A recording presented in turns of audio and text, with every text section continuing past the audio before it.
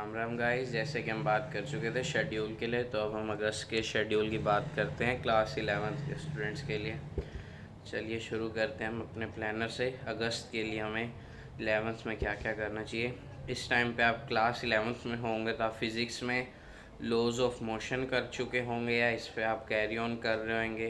Chemistry में आप chemical bonding and molecular structure कर चुके होंगे या ऑन एंडिंग होंगे आप इसकी। नहीं भी होया तो कोई वरी नहीं, कर लीजिए। जूलॉजी में आपका बॉडी फ्लूइड एंड सर्कुलेशन ख़त्म हो गया होगा, और बॉटनी में बायोलॉजिकल क्लासिफिकेशन। अगर फिज़िक्स केमिस्ट्री भी अगर आपको थोड़ा ऊपर नीचे हो रहा है तो कोई बात नहीं। जूलॉजी बॉटनी मेक श्योर कीजिएगा कि आप टाइम से चल रहे हैं। अगर इसमें लेट होए तो आगे दिक्कत होती है। फिज़िक्स केमिस्ट्री थोड़े कभी कोई चैप्टर बड़ा आ जाता है, समझने में दिक्कत होती है, ज़्यादा प्रैक्टिस चाहिए, टाइम ले सकते हैं, उसके लिए कोई वरी नहीं है। इनमें मेक श्योर कीजिए आप टाइम से चलें। तो चलिए अब बात करते हैं हमें इस मंथ में क्या क्या करना है। फिज़िक्स में वर्क एनर्जी पावर हम इस मंथ कोशिश एग्जैक्ट इस मंथ में तो नहीं, थोड़ा बड़ा चैप्टर है, अच्छे कंसेप्ट कैरी करता है।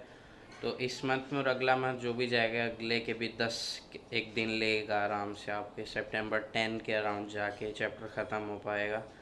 तो सबसे वही है, बेसिक काम तो करना ही है कि आपको करना है, इसके PYQs करना है।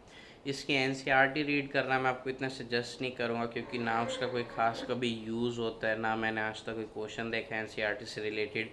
कुछ ऐसा इसमें बेसिक्स या थ्योरेटिकल भी नहीं होता कि आपको कुछ काम आएगा। तो अगर आपके पास टाइम है, आप शेड्यूल के साथ कोप अप कर पा रहे हैं तो आप कीजिएगा। अगर नहीं हो पा रहे तो अगर आप अभी के लिए भी छोड़ देंगे तो कोई नुकसान नहीं है। PYQs ज़रूर कीजिएगा। और साथ में जो हमें फ़िज़िक्स का और करना है लेटेस्ट के साथ, हमें पिछले जो भी हमारे 2-3 चैप्टर हो चुके हैं, 3 से 4, फिर आप डायमेंशन वाले में भी कुछ फार्मूलाज काउंट करें, उसमें 1-2 ही हैं, क्योंकि उनके आप फार्मूलाज रिवाइज कर लीजिए इस मंथ में। फ़िज़िक्स में ज़्यादा कुछ नहीं रहेगा। अब बात आती है केमिस्ट्री की। केमिस्ट्री में आपको करना है थर्मोडाइनमिक्स। थर्मोडाइनमिक्स में आपको NCERT ज़रूर पढ़नी है उसकी। और थर्मोडाइनमिक्स की NCERT से कभी कोई क्वेश्चन तो नहीं आता, बट आप ये मेक श्योर कीजिएगा कि आप पढ़ लीजिए, क्योंकि बेसिक जो आपका रहेगा वो NCERT से आपका बहुत पक्का हो जाएगा। इसमें बेसिक पार्ट बहुत रहता है और उसके बगैर काम नहीं चल सकता आपका। NCERT ज़रूर पढ़िएगा, कोई क्वेश्चन नहीं आएंगे बट आपके बेसिक्स बहुत स्ट्रॉन्ग हो जाएंगे, जो आगे आपको बहुत हेल्प करेंगे करने में। और बात रही PYQs की, तो PYQs कर लीजिएगा। इसमें कोई हर साल चेंज नहीं आता, सेम से रिपीटेड क्वेश्चंस आते हैं। अगर आपने PYQs अच्छे से करनी है तो बहुत रेयर ही चांस है कि नीट के एग्ज़ाम में आपका कोई भी क्वेश्चन छूटेगा। तो आप PYQs ज़रूर कीजिएगा और NCERT पढ़ लीजिएगा ताकि आपके बेसिक्स से कवर रहें।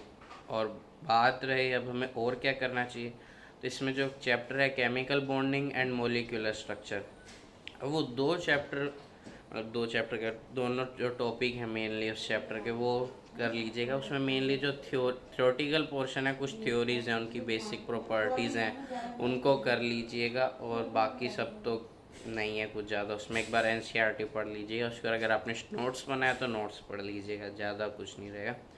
बात करते हैं हम जूलॉजी में। तो जूलॉजी में हमें इस month excretory production and elimination पूरा कर लेना चाहिए। जूलॉजी और बॉटनी के शेड्यूल्स में आप थोड़ा सा स्ट्रिक्ट रहिएगा। इसमें मतलब हमें स्ट्रिक्ट रहना चाहिए, क्योंकि जूलॉजी और बॉटनी आगे जाके अगर कम रिवीजन हो तो कहीं ना कहीं छोटे फैक्ट्स या छोटी लाइन्स हमें कहीं ना कहीं प्रॉब्लम्स क्रिएट करती हैं। तो आप इन्हें ज़रूर कीजिएगा। और बाकी तो वही है, NCERT पढ़िए, PYQs करिए, बाकी फिर कुछ बचता नहीं है। NCERT से क्वेश्चन आते हैं डायरेक्ट, कोई टफ पार्ट नहीं बचता। एक जो आप काम कीजिएगा इसके साथ, जो मतलब हमें करना चाहिए, जो प्रीवियस चैप्टर था हमारा बॉडी फ्लूइड्स एंड सर्कुलेशन, उसकी NCERT थोरोली पढ़ लीजिएगा वर्ड बाय वर्ड। उसमें कुछ ऐसे वर्ड्स हैं जो आगे बहुत कंफ्यूजिंग रहेंगे आप लोगों के लिए, जिनसे आगे क्वेश्चन भी बनते हैं और वो थोड़ा कहीं ना कहीं गलत होने के चांसेस रहते हैं। तो ये मैंने अपने टाइम में जब मैं NCERT पढ़ रहा था वो क्वेश्चन देखे थे तो पता लगा था। तो ये मैं मिस्टेक कहूँगा आप लोग अवॉइड कीजिएगा। इसकी NCERT थोरोली पढ़ लीजिए वर्ड बाय वर्ड, बहुत कंफ्यूज इसमें कुछ 1-2 पैराग्राफ्स हैं उससे थोरोली क्वेश्चंस आ जाते हैं जो आप वर्ड्स। बाकी अगर आपको नहीं मिल रहा है आपको कुछ ये, तो आप कमेंट कर दीजिएगा, मैं वो पैराग्राफ फाइंड आउट करके उनको वीडियो के थ्रू अपलोड कर दूँगा। और बात करते हैं अब हम बॉटनी की। तो बॉटनी में मॉर्फोलॉजी ऑफ फ्लावरिंग प्लांट्स करना है आपको। बेसिक है, NCERT पढ़ लीजिए, PYQs कर लीजिए। अब एनसीईआरटी में आपको मेन क्या करना है, इस चैप्टर का थोड़ा सा अलग रहेगा। एक तो इसमें आपको एग्जांपल्स ज़रूर याद होने चाहिए।